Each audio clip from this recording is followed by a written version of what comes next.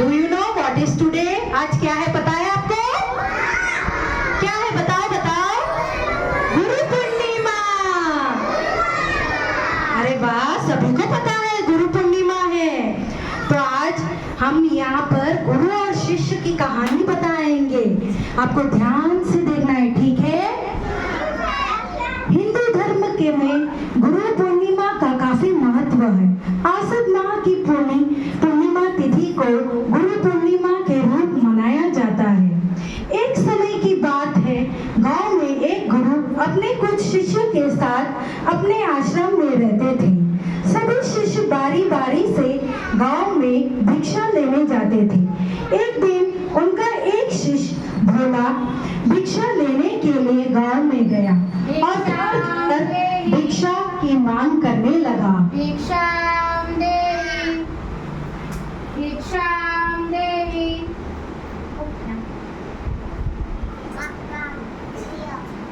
गांव में उसने भिक्षा के लिए एक दरवाजा खटखटाया। गुरु ब्रह्मा गुरुर्विष्णु गुरुर्देवो महेश्वर गुरु साक्षात् परब्रह्म तस्मै श्री गुरुदेव नमः। तो अंदर से बड़ी बड़ी दाढ़ी वाला एक तांत्रिक बाहर आया। ये कौन है जो मेरे दरवाजे पे आकर किसी और का गुणगान कर रहा है? मेरे गुरुदेव सर्व सामर्थ्य हैं। इतना दुस्साहस, मेरे दरवाजे पे आकर किसी और का गुणगान करते हो? मैं भी देखता हूँ कितना सामर्थ्य है तेरे गुरुजी में।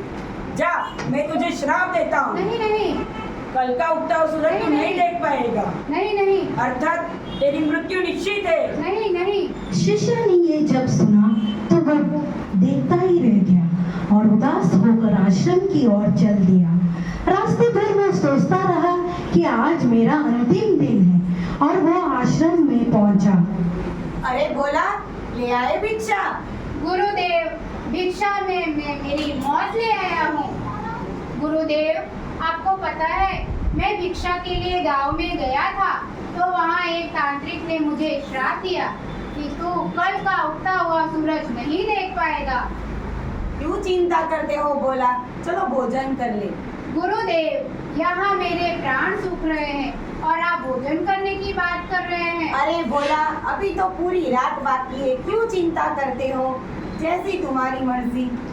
ऐसा कहकर गुरुदेव भोजन करने चले गए। फिर सोने का समय हुआ। अरे बोला, जरा मेरे चरण तो दबा दो। जी गुरुदेव,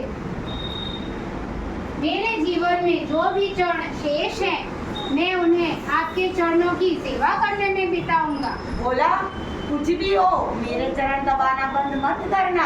सुना ना बोला, चाहे कुछ भी हो मेरे चरण दबाना बंद मत करना।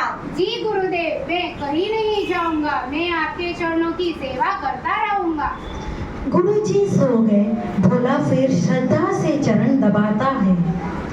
रात्रि का पहला पहर बीता। तांत्रिक ने अपना श्राप पूरा करने के लिए एक देवी को हाथ से सोना चांदी हीरे से भरा पात्र लेकर भेजा।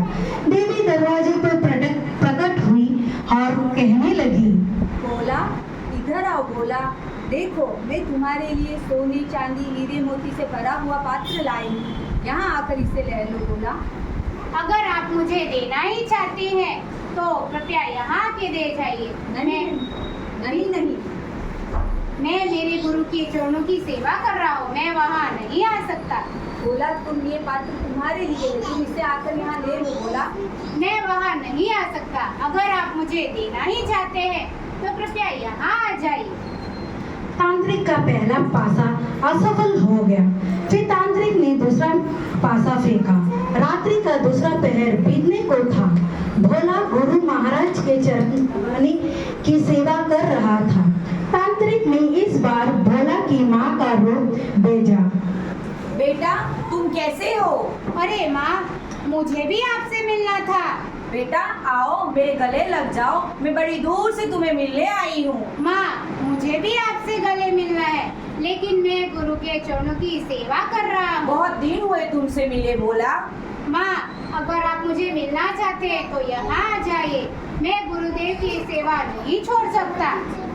फिर वह औरत वहां से चली गई। इस प्रकार रात्रि का तीसरा पहर बीतने को था और इस बार तांत्रिक ने यमदूत रूप वाला राक्षस भेजा। राक्षस दौड़ पर आकर भोला से बोला, हा। चल भोला, मैं तुझे लेने आया हूँ, तेरी मृत्यु आई है। काल हो या महाकाल, मैं मेरे गुरु के चरणों की सेवा कर रहा हूँ। काल हो या महाकाल, मैं किसी से नहीं डरता। अगर मेरी मृत्यु भी आई है तो मुझे यहाँ आकर ले जाओ। बस फिर क्या था, वह राक्षस भी वहां से चला गया। सूर्य उदय हुआ, गुरुदेव नींद से उठे। अरे भोला, सुबह हो गई। जी गुरुदेव, तुम तो ऐसा ही जीवित हो। जी गुरुदेव, मुझे भी ऐसा ही लगता है कि मैं जीवित हूँ। तुमने तो कहा था कि तांत्रिक का शाप कभी व्यर्थ नहीं जाता। तुम तो मेरे सामने जीवित हो। जी गुरुदेव, मुझे भी ऐसा ही लगता है। फिर से उसे सारी रात वाली घटना समझ में आई कि गुरुदेव ने क्यों कहा था कि चाहे जो भी हो मेरे चरण छोड़कर मत जाना। फिर भोला गुरुदेव के चरण पकड़कर रोने लगा और कहने लगा, गुरु ब्रह्मा गुरुर्विष्णु गुरुर्देवो महेश्वर गुरु साक्षात् परब्रह्म तस्मै श्री गुरुदेव नमः। जिसके सर पर गुरु का हाथ होता है उसके काल भी कुछ नहीं कर सकता। जो शिष्य गुरु की आज्ञा पर चलता है उसकी तो स्वयं मृत्यु भी कुछ नहीं कर सकती है। जय गुरुदेव। आओ इस गुरु पूर्णिमा पर करें अपने गुरु का प्रणाम।